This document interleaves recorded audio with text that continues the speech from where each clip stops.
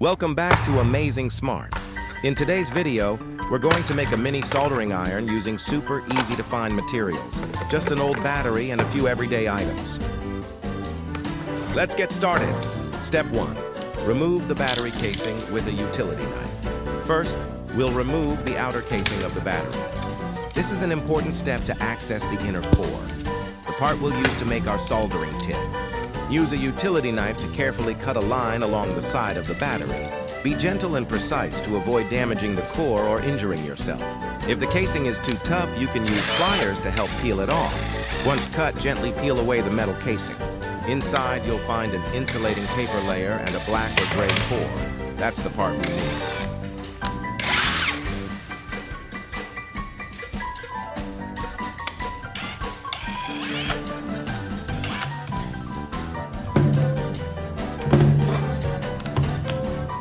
Step 2.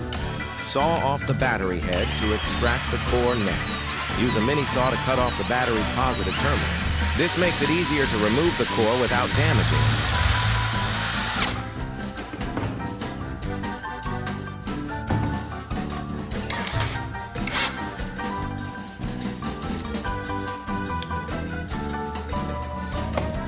it. Place the battery on a stable surface, hold it firmly, and slowly saw off the top. Take your time to avoid cracking the core. Once the top is off, gently pull the core out using pliers or your fingers. This will be the tip of our soldering iron.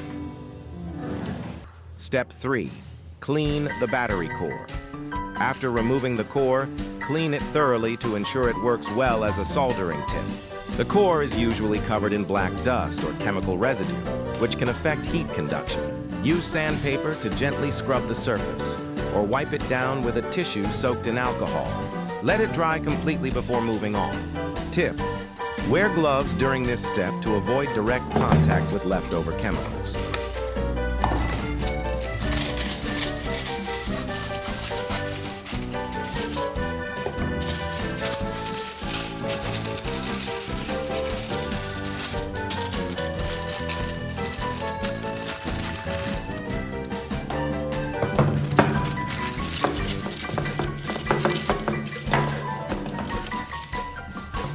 Step 4. Collect and heat the leftover black powder. While removing the core, you'll notice some black powder falling out, a mix of manganese dioxide and activated carbon. Don't throw it away. Gather the powder onto a piece of aluminum foil.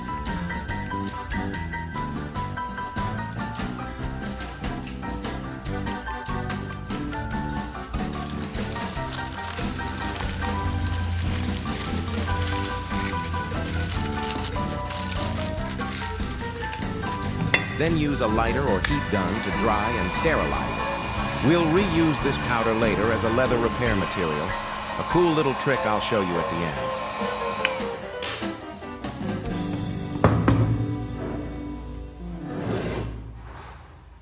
Step 5. Sharpen the core with sandpaper. To make the soldering iron more effective, sharpen the tip of the core.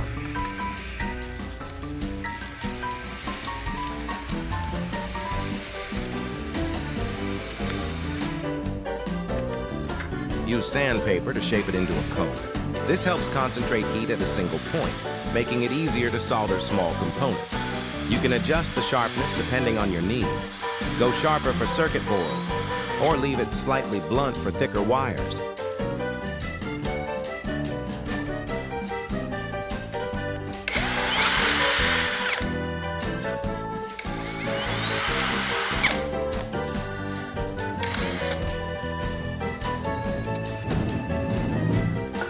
Step 6. Prepare a bottle cap to hold the core.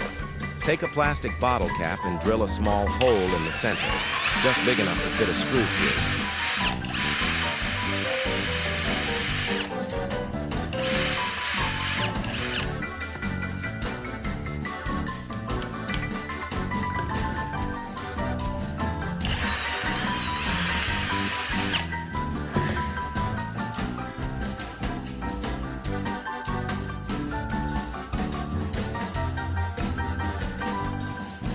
This will hold the core and wire in place and also act as an insulated handle.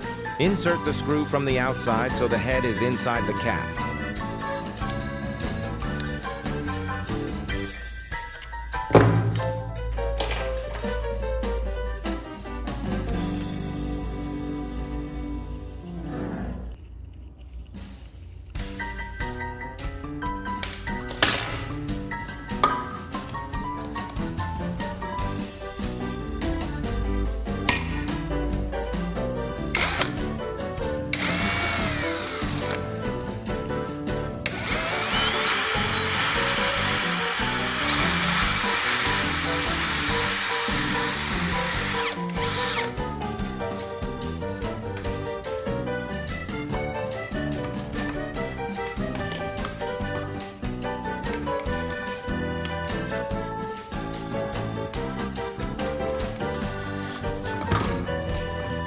Step 7. Attach wire to the core and screw.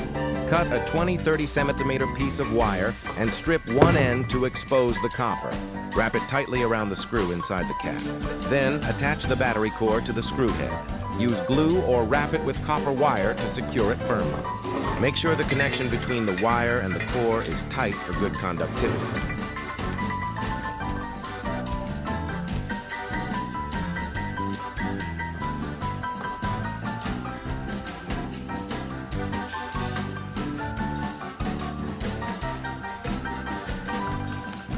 Step 8. Drill a hole in the bottle to feed the wire. Take a small plastic bottle, like a 500 milliliter water bottle, and drill a hole at the bottom. Feed the other end of the wire through this hole, then screw the cap, with the core and wire, onto the bottle. Now you've got a safe, insulated handle for your soldering iron.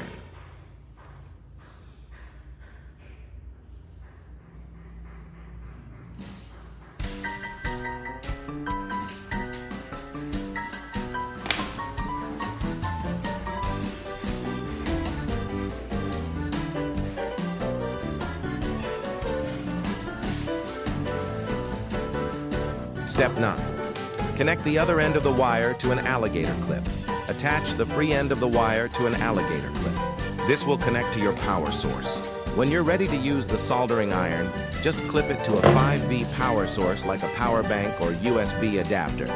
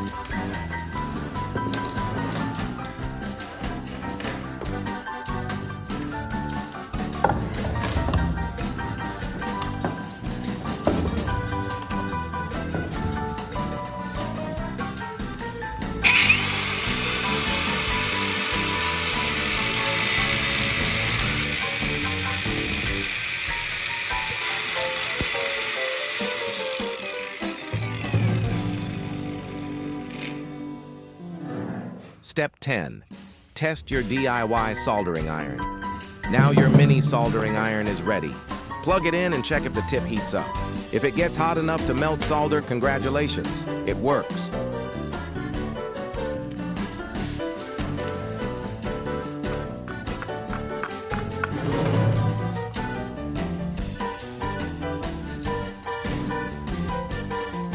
This simple tool is perfect for small electronics repairs. Speaker wires, earphones, or other basic DIY tasks.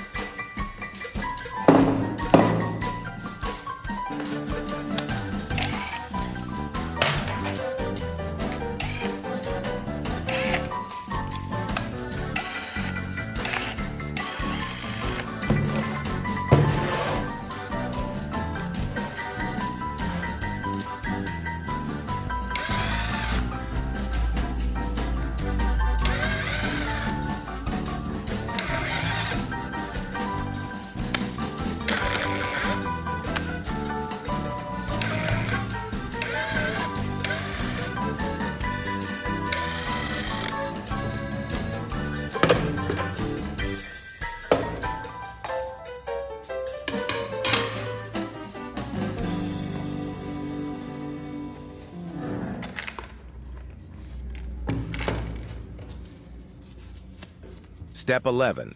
Reuse the black powder to patch leather. Remember that black powder we saved earlier? Once it's dry, you can mix it with white glue or leather adhesive to create a paste. This paste works great for patching small tears in leather shoes, bags, or jackets. Just apply a thin layer over the tear, smooth it out with your finger, and let it dry for a few hours. You'll be surprised how well it blends in.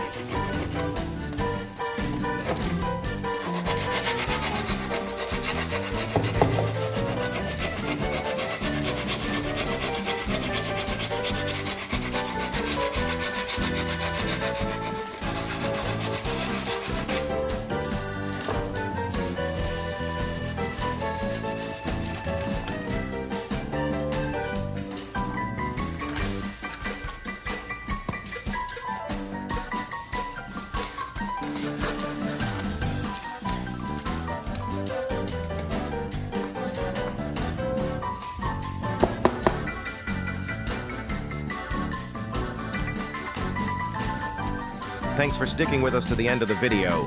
If you found this project fun or helpful, don't forget to like, share, and subscribe to Amazing Smart. Your support gives us the motivation to keep creating more awesome DIY content. See you in the next video.